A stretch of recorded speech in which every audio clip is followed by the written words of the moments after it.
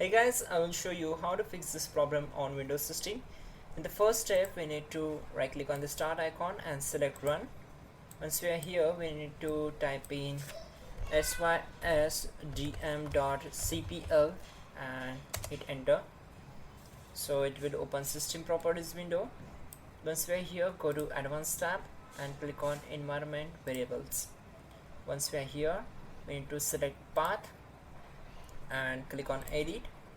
Now once we are here, we need to simply create a new path, and before this we need to just right click on the task bar and select task manager.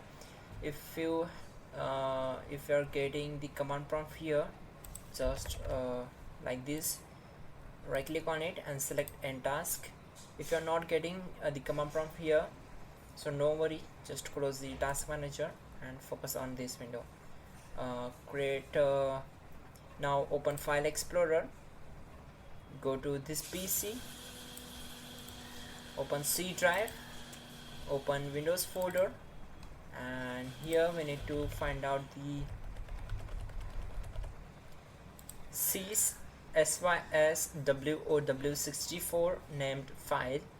So just open it, copy this path and go back to this window, create a new, paste it here and hit enter. Select this one and click on OK, then click on OK and close the window. Close all windows one by one and simply restart your system and your problem will be solved for sure and 100%.